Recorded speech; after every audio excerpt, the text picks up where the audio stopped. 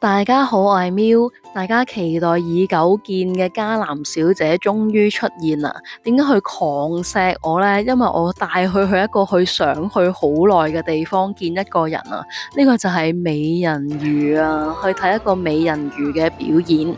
我哋今日咧要出發去深圳嘅美景閣酒店啦，位於深圳嘅龍華區。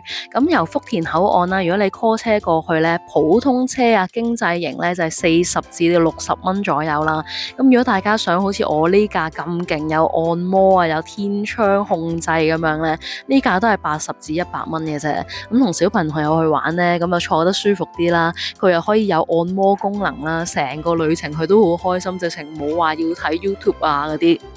呢一種咧叫做輕享專車啊，喺高德地圖嗰度咧，你就可以撳到呢一種嘅車款啦，好靚噶，真係唔會話好污糟邋遢有陣味嗰種，仲有得自己揀歌聽嘅喺呢一個遙控上面。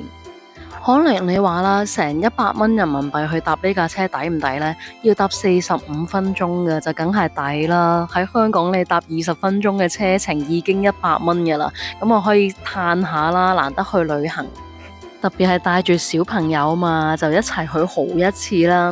到達咗呢個深圳美景閣酒店啦。如果大家對我今次呢個行程有興趣呢，就可以掃左上角嘅二維碼入去 KKday 網站咧睇下嘅套餐優惠啦。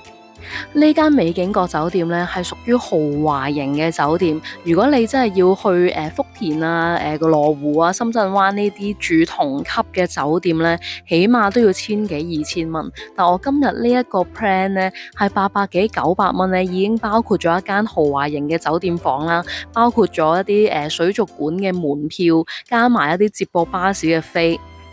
淨係嗰個海立方水族館嘅親子門票嗰度都200-300蚊嘅啦，咁你減翻之後呢，其實間房就等於400-500蚊就可以買到，所以離即係遠少少呢，去到龍華區都係值得㗎。而且咧，大家一打開房門，你就會知道噶啦。我哋打開房門嘅時候咧，都有啲驚訝。我哋最近咧就喺福田嘅四季酒店住過啦，要成2-3千蚊一晚啊，仲要係唔包夜晚嘅餐，唔包自助餐啊。咁佢呢間房係仲靚過四季酒店。你唔好話有冇嗰個樂園門票啦，淨係呢間房啊，800幾900蚊已經係抵晒。你住普通類型嗰種酒店，如果喺福田啊，都要600幾蚊。所以呢間房咧，我覺得除咗親子旅行之外咧，即係你情侶啊、家人咧都可以過嚟呢邊玩。咁去呢個美景閣酒店咧，其實就鄰近深圳北啦，隔離最大嘅商場咧就係大家熟悉嘅一方天地，行到你腳都跛咧，你想食乜嘢都有啦。不過我今日咧就唔係推介你去一方天地呢啲即係大家都識嘅商場，我係介紹另一個商場俾你哋。大家打開左上角嘅二維碼之後咧，就可以入到入邊咧，見到美景閣酒店唔同嘅套餐優惠啦。即係有啲係親子主題房，有啲就豪華盛景房，另外就有啲係包埋夜晚嘅自助晚餐啊，有啲包按摩啊咁樣，咁有唔同嘅套餐啦。好，俾嘉南小姐講下嘢先。媽媽想俾你呢隻就俾你食。繼續講價錢啊！我今日呢個係一個親子套餐，包括咗一間豪華盛景房啦，2大1細嘅自助早餐，另外有一個嘅遊樂門票咧，可以俾我3選1嘅。包括科學館啦，或者卡魯冰雪世界如雪套票，或者我今日選擇嘅海立方環遊城門票。因為之前嗰啲其實我都去過晒噶啦，呢個海立方嘅水族館呢，我係就未去過，所以我就今次咧介紹俾大家啦。另外佢會再送埋一個免費接駁巴士嘅飛俾你嘅，咁大家可以入去二維碼入邊睇個詳情啦。唔同日子去呢個價錢都有少少出入啦，而且嗰個優惠啊都隨時會更改，所以最好呢，你哋就係上去二維碼睇返最新優惠啦。而嗰個接駁巴士呢，就係包你由陽台山東站呢去到酒店嗰度嘅接駁巴士嚟嘅。如果你由福田口岸搭4號線啦，搭到去紅山站，你就可以轉乘6號嘅光明線去到陽台山東站啦。咁到時就可以搭呢一架酒店嘅免費接駁巴士。我而家咧就帶大家去一個我哋未去過嘅商場，叫做後浪新天地啊！唔好成日去嗰啲大商場啊嘛。而且點解嚟呢一度呢？因為一陣間去嘅海立坊呢，就喺後浪新天地呢一度啦。個商場行過去呢，只需要3分鐘就到水族館。由酒店 call 車過嚟呢，唔使10分鐘就到噶啦，車錢係10蚊左右啦。呢個商場入邊有超過100間餐廳，亦都有其他唔同嘅玩樂啊，嗰啲遊戲館啊，玩樂嘅地方都有，所以未必要去啲大商場，可以大家嚟一啲少去啲嘅商場行街。而且帶埋家男啦，咁就有好多有小朋友嘅親子觀眾會睇嘅呢條片，我一定要安排到成日嘅行程豐富啲俾你哋啦，個路線要順暢，即係唔好話間餐廳嚟個酒店要成個鐘頭嗰啲路程啦。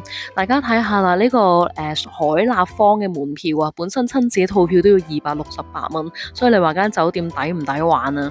同埋女仔嚟呢度真係特別開心，佢嗰個美人魚表演唔係 hea 你噶，之前去過觀瀾湖嗰邊都有另一個就真係 hea 少少嘅，呢一個係好靚嘅，大家一陣就睇到，淨係入去呢一個水嘅地方啦，靚過海洋公園啊！老實講，佢有好多魔鬼魚，好似真係唔知點解會咁多嘅喎，即係我就咁數都起碼有6、7、8、9、10條，係大細嘅有，大嘅又追住啲細嘅，好開心嘅睇住啲魔鬼魚。講多次啦，呢度咧叫做深圳恒遠海立坊環遊城。如果你一家3口過嚟咧，門票係要299蚊啊！我最近喺大眾點評睇到嘅最新價格。兩個美人魚出場啊！佢應該條尾係裝嗰啲嘢，所以啲魚咧成抽魚群咧，佢跟住佢條尾非常之靚啊！再搭埋條魔鬼魚喺後邊嘅，大家睇下。雖然佢個美人魚好靚啦，但係你話300蚊一家人過嚟玩抵唔抵呢？我就覺得梗係唔抵啦，要買套票咯，連埋間酒店就抵。你話如果特登走過嚟呢，我就唔建議啊，因為我哋都係玩咗1個鐘度呢，就完㗎啦，冇㗎啦。咁你如果有埋間酒店就舒服啲咯，可以去返酒店嗰度 hea 下、游水啊，有健身室啊之類。不過你話3選1啊，即係頭先有魚雪套票啦，或者科學館，或者呢一個嘅海立坊，咁我都係推介嚟呢度睇美人魚啦。如果你話係拍拖啊，或者啲小朋友大少少呢，我就建議俾錢去大浪另一邊呢，有一個遊樂場，以前介紹過叫做心跳玩家，嗰度都 OK 嘅其實。嗰邊一大一細玩4個鐘呢，就係200零蚊啦，有個套票。如果你話大啲嘅小朋友呢，就過嗰邊啦，嗰邊真係可以超級讓佢放電㗎啦。呢邊就細少少小朋友啱啦，好似呢一個大波波池啊，你拍一拍佢會變色㗎，追到我氣咳出晒汗啊，好好玩啊！啲小朋友喺度走嚟走去，走嚟走去。同埋我今日嚟嘅時候呢，係星期6嚟噶，你估唔到呢，唔係好多人嘅就係呢邊，因為佢唔係靠近一啲口岸啦，可能咁啊，所以呢就會少啲人咯，同埋空間都夠大。買隻呢啲咁靚嘅美人魚公仔係35蚊咋。好啦，如果大家真係想要啲親子嘅房間呢，喺左上角二維碼呢都有嘅，你入去睇啦。呢間酒店有親子房嘅，有奶龍房啦、小丸子啦、巴啦啦、小魔仙啦、超級飛俠大床房啦。其實我唔知咩嚟嘅，好好玩。呢個鏡房好靚，但係着裙嘅媽媽小心咯，地下全部都係鏡嚟嘅。我哋返到酒店呢，就有一啲品酒會，可以免費請你飲酒嘅。而我哋今日下晝嘅時間呢，都有啲兒童嘅活動係印版畫嘅，不過我哋就冇去到啦。咁啊，嘉南夜晚好乖嘅，自己喺畫畫之餘呢，我帶啲燈籠俾佢喺酒店房玩啊。